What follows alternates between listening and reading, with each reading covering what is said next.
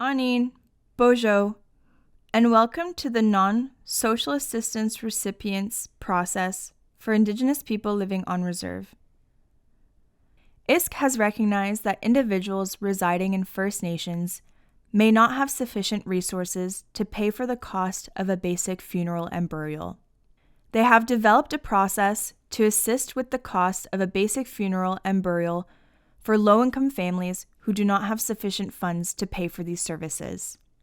Non-SARs is the abbreviation, also known as Non-Social Assistance Recipients, which are those currently living on reserve but not receiving social assistance from Ontario Works, Ontario Disability Support Program, or any other provincial welfare program. Income assistance administrators may be required to assist with the application to Indigenous Services Canada to receive funding. The funding received from ISC is separate from provincial income assistance programs such as Ontario Works. Let's review some of the roles and responsibilities in order to access this funding and complete this process. Income assistance administrators may have the responsibility to ensure that the application is complete and that all criteria have been met. Administrators completing the application must have the application submitted within 30 days from the end of the month of the funeral in which the costs occurred. The First Nations has the responsibility to pay the funeral home or the service providers on behalf of the deceased estate. They will receive a reimbursement for the funeral and burial costs that are funded through this program. Indigenous Services Canada officials have the responsibility to review and approve the applications and process funding to the First Nations via the Notice of Budget Adjustments or amendments to First Nation funding arrangements. The next of kin of the deceased have a responsibility to sign and date the application and provide any requested information or documentation to determine eligibility. What are the eligibility requirements for this process?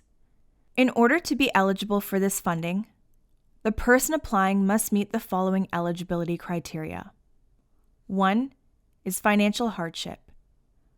While the individual applying must be considered low income, they cannot have been in receipt of social assistance at their time of death. The family must also provide documentation to demonstrate that there are no other financial options to cover the costs of the funeral or necessary transportation of the deceased. Please note, if the funeral costs have been paid by anyone else besides a First Nation, sufficient funds are deemed available and ISC will not approve a contribution. 2. Confirm residency requirements. This means in order to be eligible, the person needs to reside on a First Nation and must have a First Nation address, with the exception of those who relocated to obtain medical care or social services that are not provided within the community. This can also include students who are in school, away from the community, but return home during breaks. Children in care outside of the community will be included. This also includes those who reside on reserve or within a settlement, those who are receiving institutionalized care, and those who are hospitalized off reserve. Eligibility criteria 3. Determine if there are any special circumstances. For example, the deceased being away from the community at the time of death. Any special circumstances that should be considered can be outlined in a letter or email to Indigenous Services Canada. The outline must be issued by an elected official also responsible for signing the funding agreement. Eligibility criteria 4 is the cost. The cost of the funeral and burial cannot exceed a total of $8,000. The maximum contribution amount received from Indigenous Services Canada is $5,000 for the cost of a basic funeral or burial.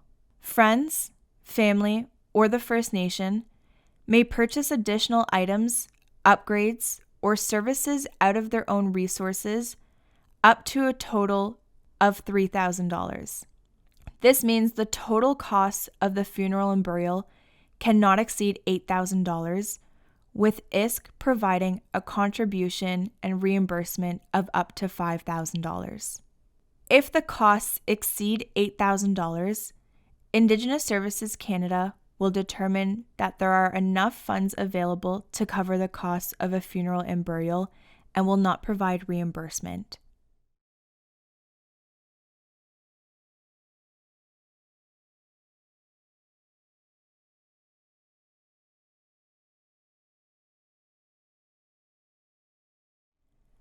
The maximum contribution for transportation is $10,000 for costs related to transporting the deceased to the First Nation.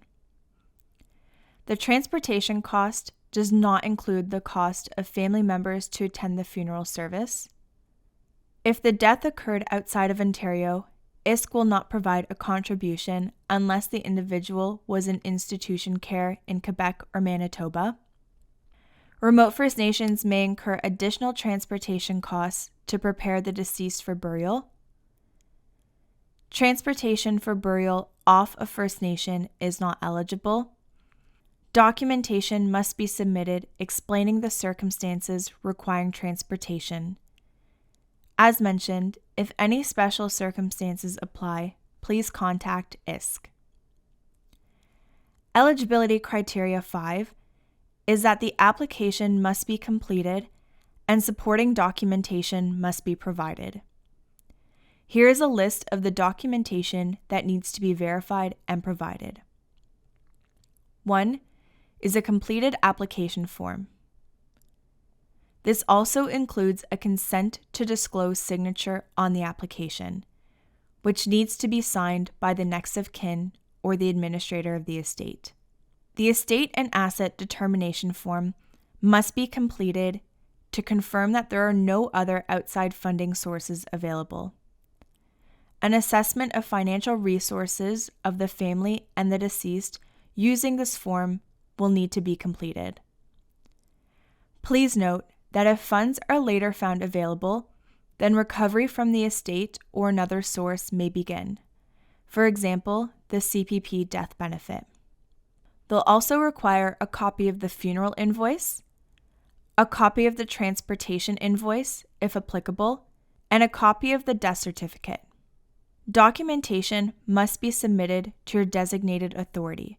For example, your Ontario Works Administrator's Office, the band administrator, or your estate's officer, whoever is responsible for completing this process. The completed application packages then get submitted to the Aboriginal Affairs and Northern Development Canada Regional Office in Fort William within 30 days from the end of the month of death. Please note, funds from this process cannot be directly provided to the applicant. The costs go directly to the funeral home. It is recommended that each First Nation develop a local policy on who is responsible for accepting, reviewing, and submitting applications, and to address any possible circumstances of its members and residents. Miigwech, and thank you for watching.